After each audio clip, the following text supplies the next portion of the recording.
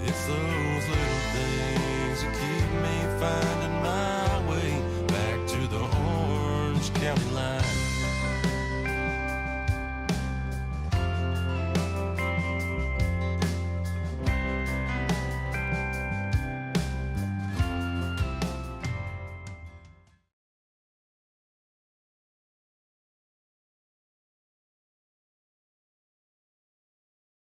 All right, welcome to the Y with Dr. T, and I have a very special guest with me today. Brittany Stout is here, and she is the founder of Safe Haven Recovery, and I'm sure that's a longer name than what I have said right, but you're going to correct me. I have her here. I hope you enjoy this episode. We're going to talk all kinds of things with recovery and treatment. All right, Brittany. Thank you. So, introduce yourself. Well, my name is Brittany Stout. I am a lifelong native of Orange County, so I was born and raised here. And I am one of the co-founders of Safe Haven Recovery Engagement Center, a local nonprofit. I also happen to be a family nurse practitioner in the community as well, and now specialize in substance use treatment. So, let's start with the why. Why Safe Haven? This could be a long episode. We have plenty of time. Let's It's okay. cut some stuff. So, I came from what I would call a nuclear family for the most part. I lived with my brother, and like I said, we're Orange County natives. And Dakota struggled with substance use from his early teens, like probably 11, until he passed away. And he ended up passing away in 2018 of an overdose. And it was later found out that it was fentanyl that he overdosed on. He was a heroin user, so he struggled with opiates in general. And for whatever reason, he relapsed after some sober time. And that is the most vulnerable time for somebody because their tolerance is gone. And he went missing. He was at work. He didn't check in with his trucking company. He missed his first stop that next morning, and his fiance actually called us looking for him. And backtrack a little bit, Dakota had struggled for like 8-ish years with substance use on and off. He had some periods of sobriety, and then some periods of use. And he was in a period of sobriety, and I had taken a very hands-off approach in managing or dealing with his substance use because, to be quite frank, it pissed me off. And so I was very dismissive when his fiance called me, pretty panicked that she couldn't find him. But I'm like, it's Dakota. Maybe he got drunk. Maybe he got arrested. He'll be out in the morning. He always figures out a way. He's fine. Which has been his MO. Anytime that he used, he did always figure out a way out of it. She did a lot of background work trying to track where he was. The trucking company was tracking his last location, and they found that the last place he stopped and clocked out was in Nashville, Illinois.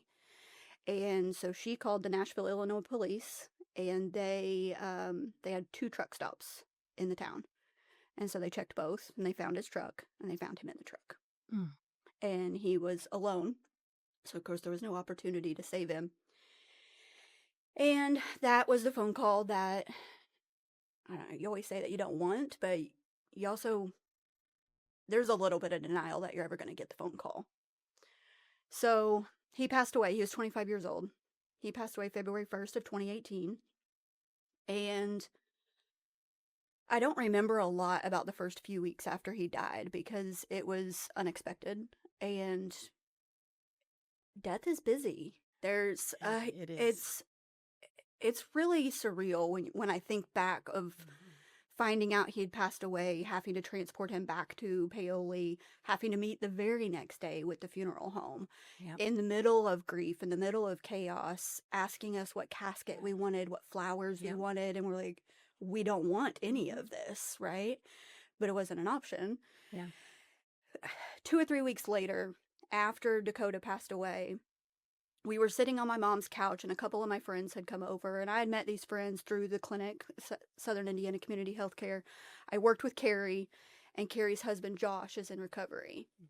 And, of course, they were there through his death and through the funeral, and they came over a couple weeks after he died, and I wasn't interested in a conversation at the time. I was very pissed. I was just Yeah. angry at the whole situation.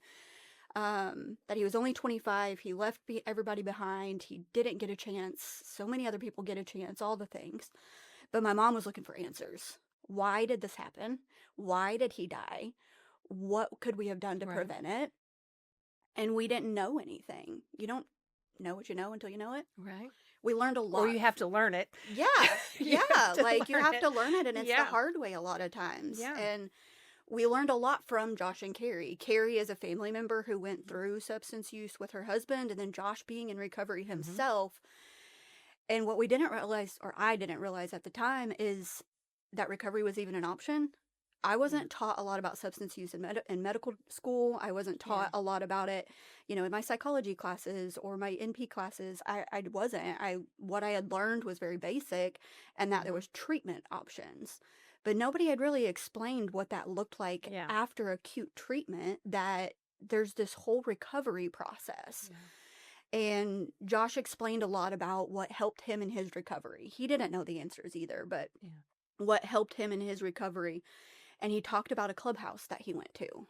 When he first entered recovery, he was on the road and he was working in Indy, and it was a very vulnerable time for him. He was fresh out of treatment, and he did not want to be in a triggering environment. And so he would work, he would go to this clubhouse, and they had food, TV, meetings around the clock, peer support meetings, and he was safe. He knew there were no drugs there. And then he went to his hotel and he went to bed, and he got up and he did it again until he felt stronger.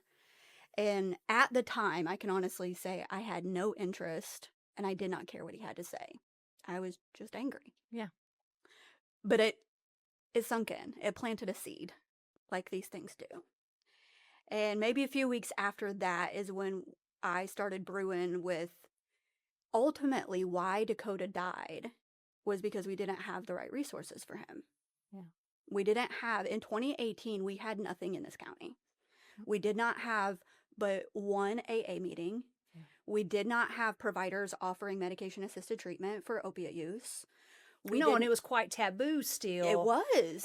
At the time. And it was. There was so much stigma. It was very much, substance use was hidden. It was still very underground. We didn't talk about it. There just wasn't anything here for him. And when I look at all the pieces, when he would go to treatment 2 hours away and do 30 days and then come back here, he didn't have any support. He didn't have support from family because we didn't know how to support him. He didn't have support at the community level because we didn't have resources. And we didn't have one specific resource for substance use where you can go and not be judged, and there's no stigma, and you're going to be accepted for where you're at in your journey, and you're going to get the resources that you need. We didn't have any of that. No, we had that basic treatment. It was definitely, if it was inpatient, it wasn't here anyway. But then when you come back, the treatment of just mental health therapy or a substance group through some form of a community mental health center or something, and that really was all. Yeah, that was here. And then the aftermath of that is the days after was. There just wasn't a lot of things. And a lot of times I think family members get tired. Yeah. Because they don't have the ability, the skill, the resources. And even if they did have all those things, it's a tough dynamic, a tough family dynamic with people and people who have a substance use issue, because it's so complex and you burn a lot of bridges. Yeah. So that community piece, that resource piece, that intervention and long-term piece is so vital, because families often can't. No, they can't. And we couldn't. When we got towards the end of it and I watched what my mother went through with him, I chose not to go through that, because my way of dealing with emotions at that time was complete avoidance. I am not dealing with that situation, and so I didn't. It wasn't the right way to handle it. I know that now, but I didn't know that at the time. And ultimately, what we wanted to create was an information hub center that supported people struggling with substance use disorder. Whatever that, and we didn't know what that was going to look like. We didn't know what was going to be needed. But we knew we had to start somewhere because as a family member, I feel like I failed my brother. I feel like the community failed my brother by not having the resources and waiting too long. We waited too long for more people to die before we put something into place. And in a small rural town, you look around at a really big problem like substance use, and you're like, how the hell am I going to make a difference here? Like, Yeah. what? With what? With what? Because most of it is Yeah. very much financially driven, Yeah. and it it's small rural communities. It is notorious that the financial stability is not there. No, It's not. just not there. Not only that, but the people weren't going to come in to save us. No. Some big No. fancy corporation was not going to swoop in and put in a big fancy treatment center in Orange County, Indiana. And so when you look at community and you look at what we needed to do, and I was bitching and moaning about what we needed, then I guess I just decided it was up to us to do it our damn selves. And that's often what happens. Yes. And I think that's a good... Orange County is full of people who just solve their own problems because you're right. Nobody's coming in to save us. There's no magic pill. There's no magic anything. We have to figure out a way to save ourselves. Yeah. Every individual, every rural community at a time, because there just isn't. There's not a big brother out there. There's not a mommy and daddy for us all out there that's going to come in and take care of all of our problems. And that's one of the things that I think makes Orange County very unique, is there are so many people who know that. Yeah. And 2018 was a unique year. And I didn't know that at the time, right? I've learned a lot over the last 8 years. Let's put it that way. As we all have. As we all have. Learned a lot. We've made it through all of this stuff.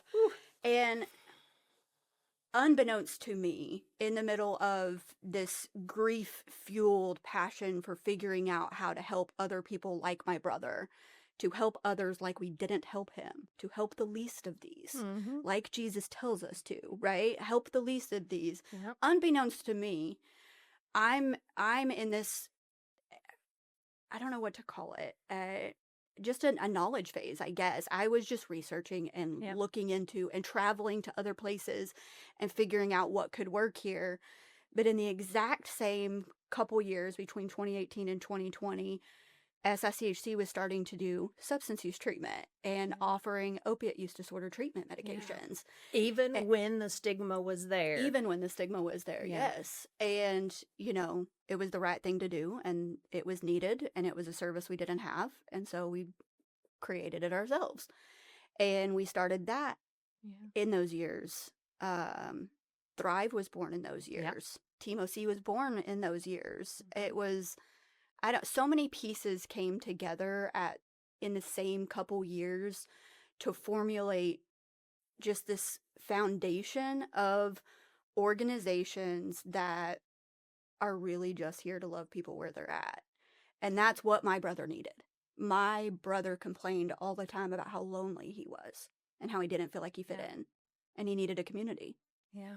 And you mentioned SICHC, and I think through...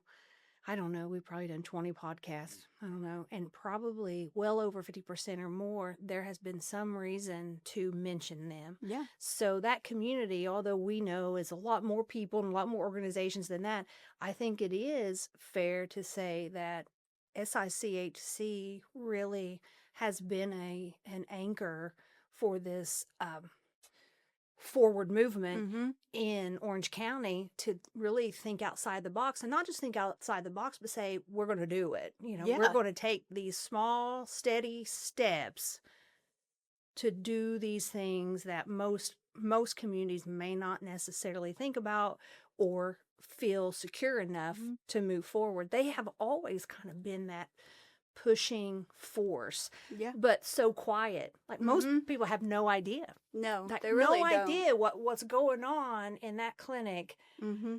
That is amazing. Dr. Yoder showed up to my brother's funeral and started asking questions at the funeral, like, how can we help? What went wrong here? And I think it was a unique perspective in that at the time, so I'd been a nurse practitioner for 2 years. I worked at the West Baden office. And I'm held to a standard in the community as a medical provider. Mm-hmm. And so for a medical provider to lose her brother to an overdose, Yeah. right? Like it hit different. Yeah. It did hit different for the community. Mm-hmm. And while Dakota wasn't actively involved in a lot of community stuff, we grew up here. He went through K through 12 at Paoli. He worked Yeah. at Walmart. Yeah. He played basketball at JC Park with his friends. Like people knew him and knew of him and knew of our family and our name. And so it hit different. And of course, me working at the clinic, right? It hit Dr. Yoder different. She was bound and determined to help. And her and Nancy really gave me a lot of rein to do what I needed to do to help create Safe Haven and get the people together. We held our first board meeting in their kitchen because we didn't have any space. So they're a very, I think, a very big backbone in the community. So while we're talking about them, I want to talk about your mom. Mm-hmm. Because in these episodes, I always talk about how do I know you? Like, what's the tie, right? Yeah. And I think that one of the things that I can remember, I started on board with SICHC in January 2020. Of course, there was always that relationship because I worked in community mental health for 16 and a half years before that in the community mental health building, and Dr. Yoder's clinic was right there together. Mm-hmm. They almost shared a parking lot. So, and we would refer folks back and forth. So there was always that thing. And then also going to church at Paoli Mennonite Fellowship. So, but when I started to work at the clinic in 2020, I worked part-time in this cool thing called Thrive Orange County, that I still don't think that there is a job like that. Like this is a very unique job. It's pretty amazing. It was. And then the other time as a clinician in patient care. And at that point, Teresa Faulkner was the first mental health provider at the clinic, which was also unique and groundbreaking. And because happened most in 2018, 2019. Most mental health providers were in their own the community mental health center or private practice, or, they weren't necessarily in primary care offices. So she was the first big leap. And then your mom was going to school. I think I think correctly, she had just graduated. I think she had just finished her advanced practicum and had just graduated and was working as a therapist, but she was technically working as the behavioral health coach right before that, I think. And that's when I was introduced to your mom. Was right then. It's a small community. And so it was the three of us. But now there's a mental health team of multiple folks in multiple locations, and they're still growing. Yes. Right here in Orange County. I'm telling you, Orange County is the best kept secret. Yeah. With people who are motivated and move the needle forward with basically no money. Yeah. My mother is the testimony of you can do anything that you set your mind to. And when I look at her life, and she ran businesses her whole life. They owned Riverside Cafe here locally in the 90s, and then late 90s she opened up Stout's General Store, and she ran that until we shut it down in 2012. And then she went back to school. And for social work. In her 50s. Yeah. Like she was in her 50s. Of all things. Yeah. But that, dealing with Dakota, dealing with his substance use and the turmoil and the trauma, that's where she wanted to go. She wanted to help in some way. And you feel really helpless when you can't help your own. Oh, I know. When you can't help your own, and it doesn't matter what you do. And I mean, we did all the things, whether they were right or wrong, we did them. Whether it was, toting him to rehab back and forth, letting him crash at our houses, letting him detox in our bathroom floor, we tried it all. And sometimes it worked for a little while and sometimes it didn't. Yeah. But ultimately, he didn't have enough support around him to make a lasting recovery. And anybody that has, prior to now, with all the resources that we do have, are miracles. Yeah. If there's people, and there's hundreds of people in recovery in the county. Yeah. And they did it without the resources. And the fact that they were able to, and they had to travel to find those resources or drive 30 minutes away to go to a meeting, and they did it, they're miracles. Yeah. And they have the knowledge of what it takes to find recovery. And we lean on them a lot with the creation of Safe Haven and the management of Safe Haven, because they have the life experience. And I'm in a really unique position in that I have never personally struggled with substance use. I'm intelligent medically about substance use, and I have an intelligent mind in general to figure things out. Mm-hmm. And so I'm a very strong ally to the recovery community. I relate very much to the recovery community. Those are my people.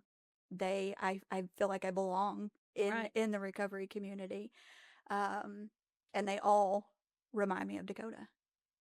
So it's a very big part of my healing from grief is being involved and wrapped into the recovery community and knowing that I can use my place in the community as a voice. I have a unique position and I have to use it.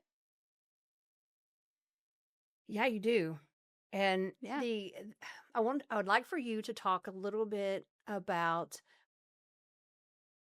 the start of Safe Haven, the few folks, and then where we're at now. Now, what I don't want to do, because I want the second episode to be more about moving the needle. Yeah. But just in general, the organization of it, maybe the do's and the don'ts, maybe what you would have done different or whatever, just whatever it is, like, and then where you're at now. And well, when Josh's idea of a clubhouse is what stuck in my brain. And then the research started. So you start Googling stuff, recovery centers, recovery clubhouses, sober clubhouses, just whatever you could find. I looked up the place that he went to up in Indianapolis to get an idea of what they did. And I'm like, something like that could work here, but I need more information. One of the first things that I did was I visited a recovery engagement center up in Bloomington through Centerstone. And theirs is just called The Rec. It's the Recovery Engagement Center. Yes. It's The Rec. I don't know if it's still on Roger Street, but it used to be. And one of the ladies that helped start that, I think her name was Linda. She was a social worker. She gave me a tour and she showed me the white paper that they created on what they did there and how they got it started, and just everything that I could possibly need. They just handed it to me. And they were like, here. And what they did wasn't going to work in Paoli 100% because they were in Bloomington. So bigger city, more resources, public transport, all those things. Yep. But pieces of it would. And then they had a spinoff in Bedford, also The Rec. But it was in Bedford, which is a little bit closer to our population, still a little bit bigger than us, but a little bit closer. And so I toured that one. And I scoured the internet for Recovery Engagement Center and what that could look like. And me, my mother, Josh, and Carrie were the original board. And we talked about, obviously, if this is where we were going to go and we were going to create a clubhouse, then we needed to create a nonprofit. And so we've got Josh in recovery himself, which we knew was vitally important that we had people in recovery on the board. And my mother, as somebody that's lost a child, myself as a medical provider and somebody that lost somebody, Carrie as a family member. And one of the first people we added was Tessa. And Tessa is a foster mom. And so she had this unique perspective on our board of being a foster mom to children who had been taken away from their parents because of drug use. So she was on this which other is aspect a to it. huge percentage of Child Protective Service involvement. The majority is there's some form of a substance issue. Well, I would think, surpassing a lot of the other kind of abuse and neglect things, but substance is a major issue for Child Protective Service involvement. Yeah, it is. So, our core group, we got together and we we hosted our first meeting. We didn't know what the hell we were doing. We had no clue. We just knew that we Was wanted it still in a something. kitchen? Or It was. did it move? Yeah, no. Still in we, the kitchen? We Okay. met, our first meeting was June 24th, 2018. Now, Dakota died February 1st. June 24th, we held our first board meeting. And we settled on our mission and our vision statements. And then we spent weeks agonizing over a logo and a name for the nonprofit. Like, we didn't How even did know. you come up with Safe Haven? Josh put out a post on Facebook, and he's got it screenshotted. He put a post asking what the word sanctuary meant to people, because there is a song called Sanctuary that he really connected to in his recovery, and he let me listen to it, and of course it's one of my favorite songs now. And it talks about other people being, I will be your sanctuary, I will be your safe place. And out of all the comments that he got, dozens and dozens of comments, safe was the word that kept coming up. That sanctuary meant safe. And so we were wanting to be a safe haven. So that's what we became. So settled on the name, settled on the logo, settled on a board meeting cadence, like all these really boring details. And then it was like, okay, we have all of this and not $1 to our name. I know. We've done this about 3 We're, times that I've we've been involved in. Yeah, like You get all this we have cool all of stuff, this and then cool you stuff. have $0. $0. You can't even open a checking account No. because you got no money. no, absolutely not. Yeah. We figured out the basics, right? Like we needed an EIN number. I feel like we're always like the Field of Dreams or something. Like you build it and they'll come. You know, Yeah. I mean, it's like I don't know, but and that's really how we started. Yeah. We had to start somewhere. We knew that we couldn't wait for the money because we didn't have a reason for people to give us money. You just have to start. You just have to start. And so we started in SICHC's kitchen, and we met in the kitchen for months. Because it was a free place, and it was quiet, and we met on Sundays This so that was we didn't. before the expansion, so you were really We were in the small kitchen, and we met on Sundays so that we didn't interrupt clinic. And it was Sunday afternoons, but it worked, and it gave us the time, right, to figure out a business plan and what we envisioned. And, I can tell you 100% now, what we envisioned in 2018 is not what came to fruition in 2019, and it's sure as hell not where I expected we'd be now, at all. But again, you have to start somewhere, and then you have to let God lead you. The right doors and the right windows open or close appropriately. Yeah. And that's what happened with our journey as we were trying to get started. We had some doors closed that were devastating for us. And we thought for sure that was what God wanted us to do, and we're doing it. And then the door slams in our face, and I'm like, what the hell? That was the plan. You just ruined our plan. Well, that was the first problem. Yeah, it was your plan. It was my plan. Yeah. It was your plan. Yes.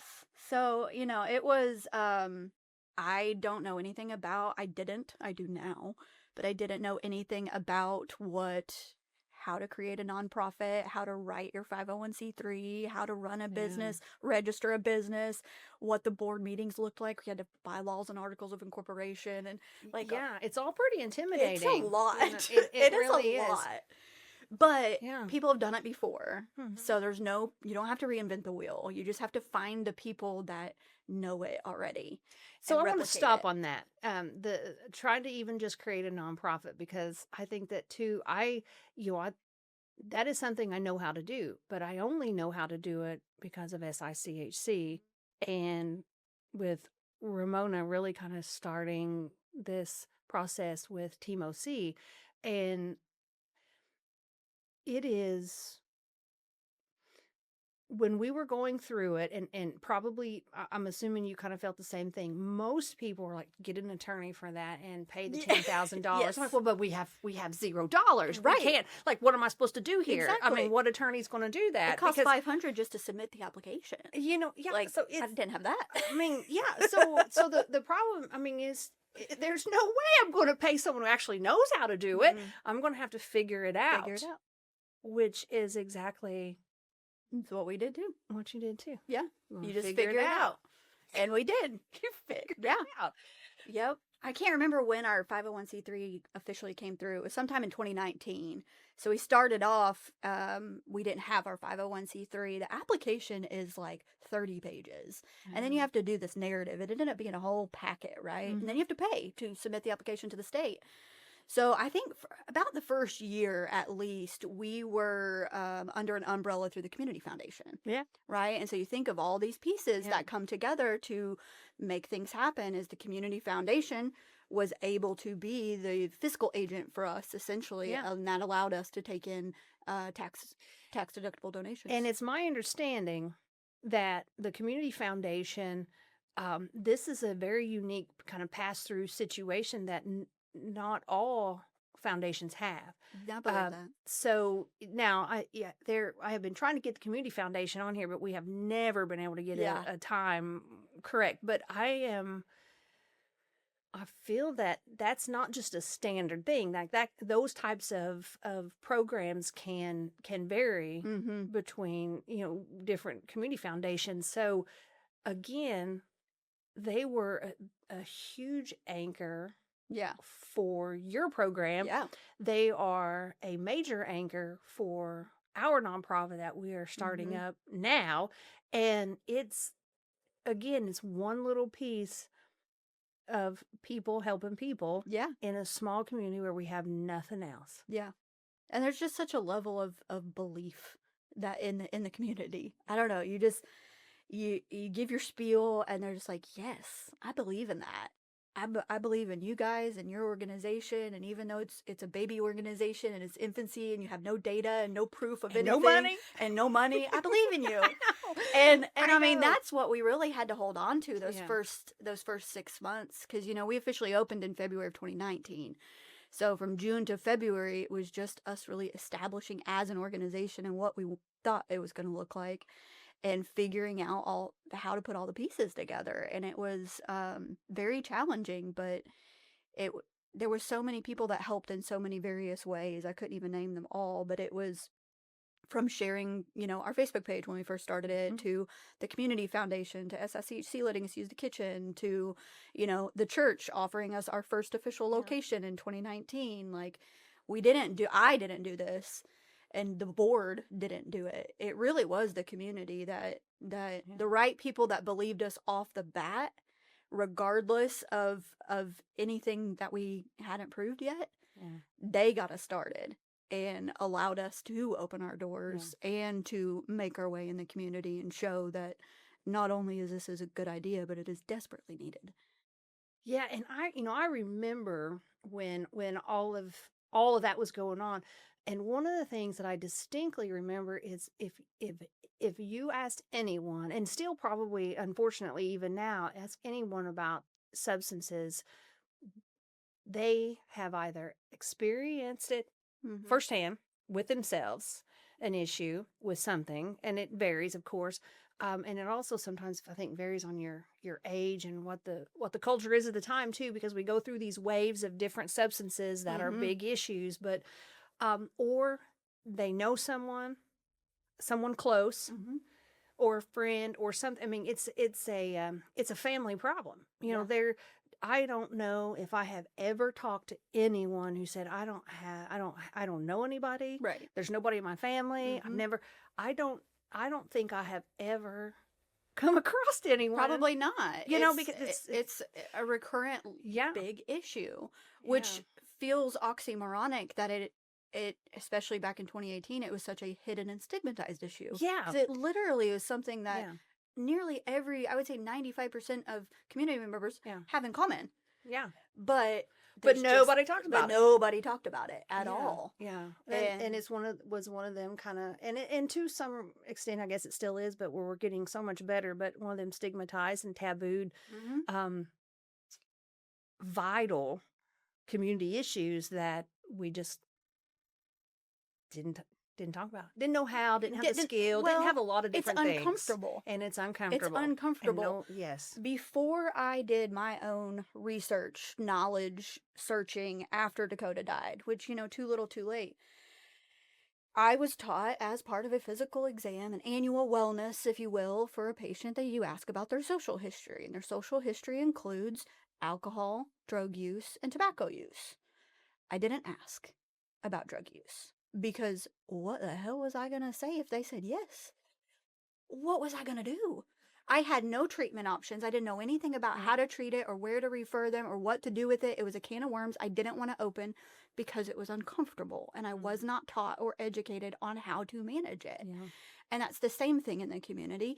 It's a very uncomfortable topic because there's 20 different opinions of it. There's 20 different ways to view it, and everybody's got their opinion, and so many people are hesitant to express their views because of the stigma around it. And so people just keep quiet.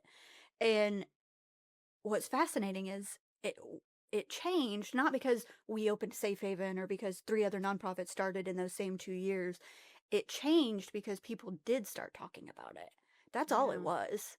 Yeah. Is people did finally start talking about it. And I started asking people in my medical practice. Once I knew what to do, once I Right. knew what treatment options were, once I was educated and certified to provide some treatment options, I started asking. And Yeah.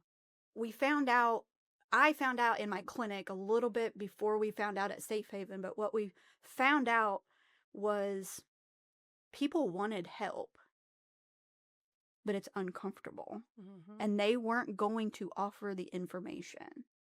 But if we asked, they were willing to tell. They would tell. They Yeah. would. It was such a different experience than I expected. I thought when I started asking about people's drug use that they would automatically say no, and I would never know if they were lying or not. Mhm.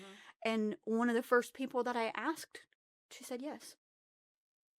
And I was like, holy hell, it's game time. We're going to do this. Yeah. But I knew what to do for her. I knew what questions to ask. I Yeah. knew how to assess her risk. I knew how to figure out if she had a mild, moderate, or severe use problem, all the things medically. And I knew what treatment options she had. Well, and at that time, you at least had some kind of wraparound services yes. that you could, when during and after that a treatment Yeah. episode, then there was a place Yes. now there that was. you could say, okay, here we go. Yes. And I think that for me, practicing at the time, that was a huge deal because you're right. Like my side of it was that treatment, Yeah. the substance manuals, the cognitive behavioral therapies, and it also kind of tied back into the adverse childhood experiences because we know that substance issues are somewhat kind of created due to all that other stuff, that baggage stuff, right? All the stuff that happens to us and how we absorb that and along with a lot of genetics, a lot of different things. But we started to really look at why is this happening in the first place Yeah. too? And then where we have a lot more resources to get folks somewhere. I mean, and even in the therapy space, Mm-hmm. it was much more comfortable to be able to say, and now let's get you here. Yeah. Call Safe Yeah. Haven. Here's the number. Right. I mean, like how many times I know that I have had a conversation with you, or I've been like, hey, I'm sending someone over, or who do I need? Do I need to get hold of Jesse? Like, who do I need to call? And Right. that has happened so often. But do you remember? Like, I think the first probably time, and correct me if I'm wrong, that you and I really started to have conversations, or much more of a relationship with this kind of stuff was the T-Rosk. We Mhm. all got together. I don't even know who sanctioned that, but we all I got for like roped 2 into or that 3 days of somehow. Yes. the T-Rosk. And I felt then that, okay, maybe, I don't know as we ever really developed that as we should, but that was a good couple, I think it was a couple days, Mm-hmm. and of bringing folks together and looking at T-Rosk. Yeah. Yep. Remember that? Yeah, that's one of the first big projects we got involved in was TROSC and trauma informed recovery oriented system of care. We had Mhm. systems of care in place across the state, Yeah. and at the time the Orange County Health Coalition was in place. Yeah. And that was a way to bring us all together. And I don't know where the suggestion came from or how it got started in Orange County, but yes, all of us got, all of the stakeholders in the community got put together to develop a system of care that was recovery oriented. And we follow that model to this day still. I mean, if you think about what the community's done, we are trauma informed recovery oriented system of care. which again, all that trauma-informed care really kind of made a full circle with SICHC. Now, we were doing some ACEs and trauma-informed care work at community mental health through the I think we at the time had the systems of care coordinator there, and she, Katie Ranke, had learned about adverse childhood experiences and trauma-informed care and brought that back to the agency.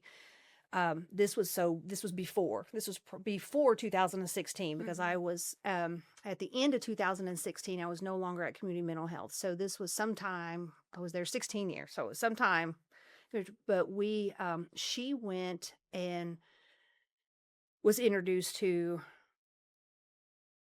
ACEs and trauma-informed care and brought it back and said, hey, I really think we need to run with this. And of course I said, please do.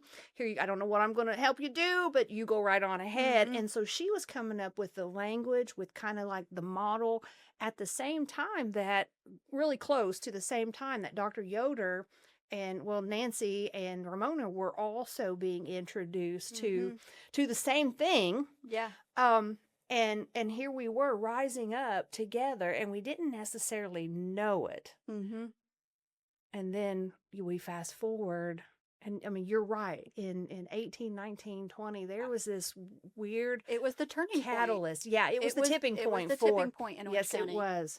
And so many amazing things had happened. So I'm going to wrap up, but I want to talk, because of the rest of the next episode, we're going to talk more in detail about what the services are. But tell us, what counties are you in? What's the growth been? So Safe Haven is, we did transition from an engagement center to a recovery community organization. So an RCO offers a lot more wraparound services than an engagement center. An engagement center is like a clubhouse, right? Peer support meetings. And the need was so great when we opened our doors. We're like, oh, this isn't enough. This is not enough. Peer support meetings and a book is not enough. Because people were asking so much of us, because we were the only organization in the community that was about substance use. If you were coming to us, it's because you had questions, you were a family member, or you were somebody struggling. And so we very quickly had to morph from an engagement center to a recovery community organization. Today we cover 13 counties. Obviously our home is here in Orange County. We have a satellite location in Evansville. We cover Lawrence County all the way down to Perry and the entire southwest corner of Indiana, all the way through Warwick, Gibson, Posey. We've been able to partner with another recovery community organization out of Davies County called Rise Recovery, and they help us cover 3 of those 13 counties. Because again, better together, stronger together, we can get more accomplished cheaper with more people together and combined. Right. So we cover 13 counties now. We have 23 staff members, paid people, and we're not running. That's on insane. volunteers. 23. I had 23. no idea it was 23. Yeah, there are 23 people on staff. Oh my. So it's From completely 4 or taken 5 people in a kitchen. Yes. Volunteer on a board with no money and not even registered as a 501c3 to, I don't know, 13 counties and 23 13 employees. counties and 23 employees. And multiple programs we never imagined that we'd be able to create. In 8 years. Yeah. It's been a wild ride. Got a lot more work to do too. So That's impressive. That is definitely something to smile about. it is, So, for sure. well, okay. I think this is a good time to end. I think we understand, why Safe Haven is important and why do we need that. And also the uniqueness of Orange County and people like you and so many other people who are working really, really hard for us. So I think this is good to end. I appreciate you being here. you. And then next episode, we're going to talk more about what are you doing. Yes. Okay. Sounds good. Thank you. Thank you.